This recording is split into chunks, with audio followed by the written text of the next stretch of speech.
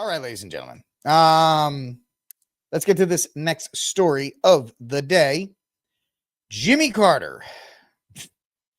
I mean, like him or hate him, the guy made it to 100. So good for you.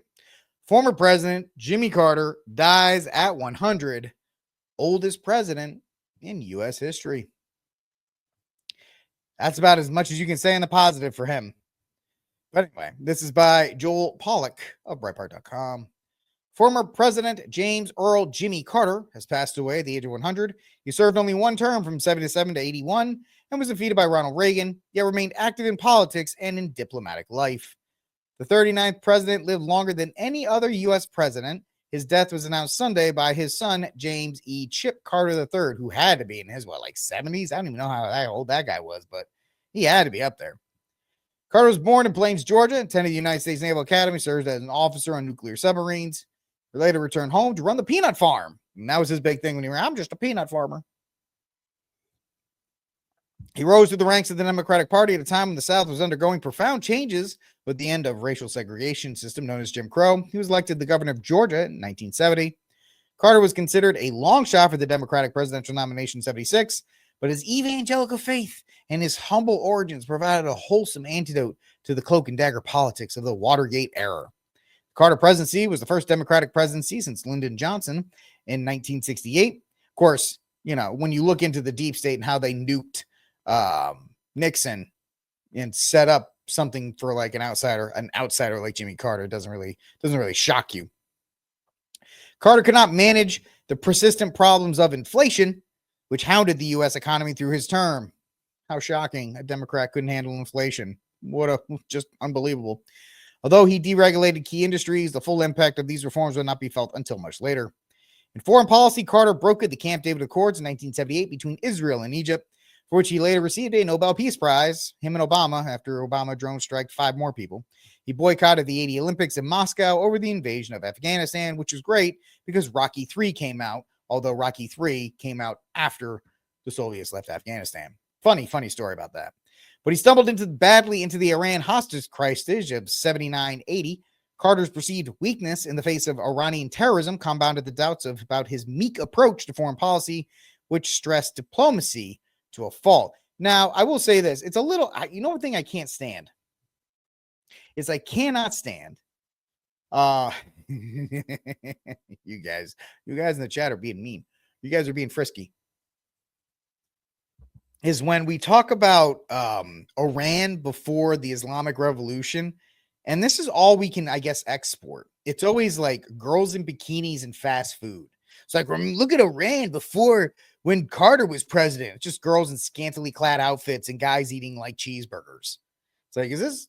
I mean, obviously it's better than Islam, but it's like, is this really something we should be promoting and exporting?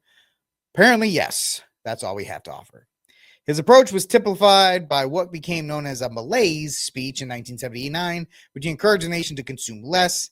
His dour demeanor and his zeal for continued sacrifices caused voters to turn away.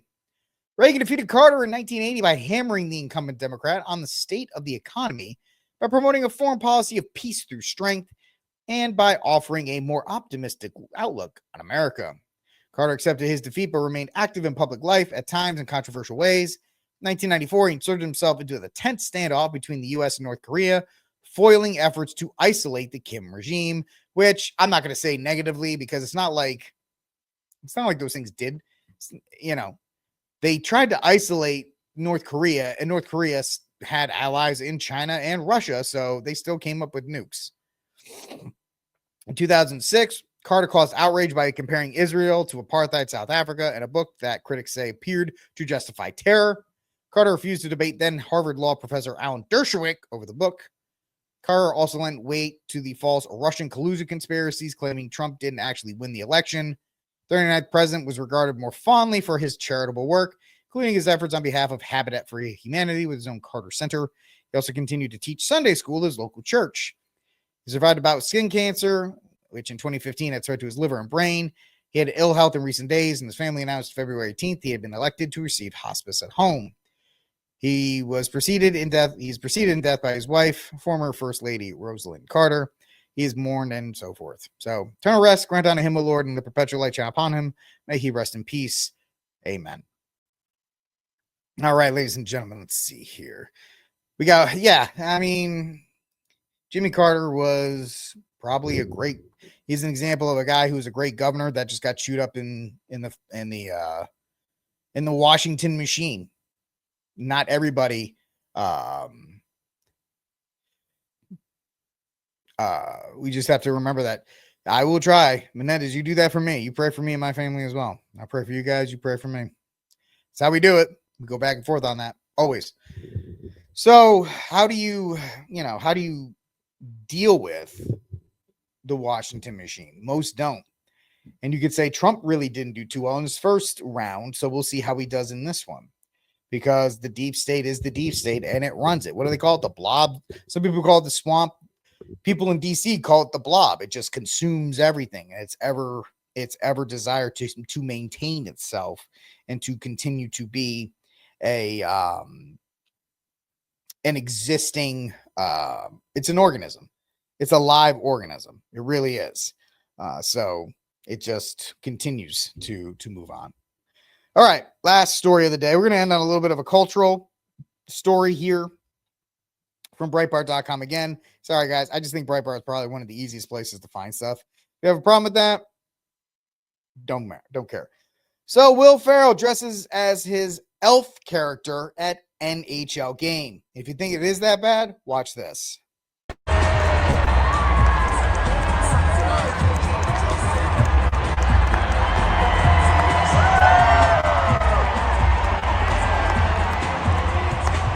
Ha ha ha. Look, buddy's a loser now. Look, he's smoking and drinking. Ha ha ha ha. Yay. Look at him drink. Oh, he's like one of us. All right. Time for me to get on my soapbox, which makes me actually like a normal person's height. So buckle on in. This is just another way Hollywood can deconstruct and destroy anything that's good. You could say that one of the few things that Will Ferrell did in his quote unquote career that was any good was this film, Elf. It is a story about a soul, Buddy the Elf's soul, which is pure of heart, doesn't see anything bad, and embodies the supposed spirit of Christmas. And everybody, some people love it, some people hate it. I get it. That's fine. But it's one of the few Christmas movies that has come out lately that is actually not jaded. It doesn't deconstruct characters. It doesn't make Christmas about consumerism or any of these other kinds of things that just really, it has this negative, jaded outlook that we have in life. Right now in America, in these United States, we have this jaded, negative outlook, this downer outlook on everything, really since the year 2000, after 9/11 and so forth. We've been on this kind of just not destructive, but this very self-doubting, this very negative outlook. I guess jaded is the best word I can use for it. Path. And Elf was one of those few movies that came out, and it was just so light, and it's so quotable, and it's fun. My wife and I, this time of year, bye, buddy. I hope you found your dad. It's one of our favorite quotes to do.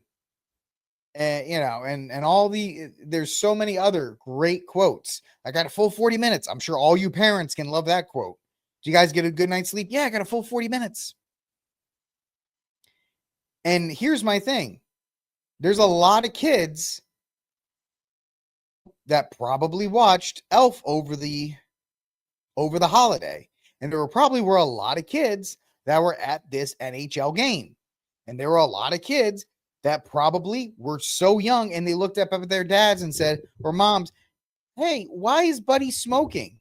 Why is he sad? He's always so happy in the movie.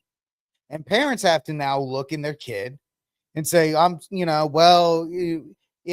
not feeling good or something like that. They have to do this because Will Ferrell is such a loser. Will Ferrell is so much just poisoned with hate and the Hollywood machine and everything that drags him down that he had to destroy the one good thing that he's put out. He had to destroy it. Now, I know some of you will be like, Rick, I think you're taking it too far out of line. Whatever, dude. I'm sure you didn't have to be one of those parents that had to explain to his kid why Buddy's smoking a cigarette at the game. And it's all part of this angry, yeah, he's salty because Trump won. Guess what, buddy? That doesn't mean you destroy one of the few good things you actually had out there. One of the few good things you've done in life. Now, you and I, if it was on like Saturday Night Live and he came out like that, he was like, oh, times have been rough. You know what? That's okay because, you know, the young kids that actually really like the movie, they're probably not going to see it until years later. And you and I can be like, oh, man, I get it, buddy. That's been rough days, rough times, right? Christmas has been rough on everybody. But the fact he did it in a public place, in public view, it's just, I think it's gross. And I think it's pathetic. And I don't even have kids. I don't even imagine the fact that he's going to be out there spitting on, you know, some families. Probably the movie that families are gathering around and watching is Elf. And now they got to be like, yeah, well, now my kid's not going to have that. And of course, eventually kids grow out of these things. Nobody's sitting here trying to say that. But I'm sure you parents know this more than I am. Any bit of innocence that you can keep in your kids, any bit of innocence that you can like protect and hold on to and shelter your kids with, and just hold on to it for as long as possible. You don't want an idiot and a moron like this to ruin it. And that's why I find this to be just absolutely pathetic more than anything else. And I guess that's another reason why, you know, you shouldn't watch movies, right? You shouldn't give Hollywood the time of day because they just disappoint you, right? They just disappoint you. It's another example of it.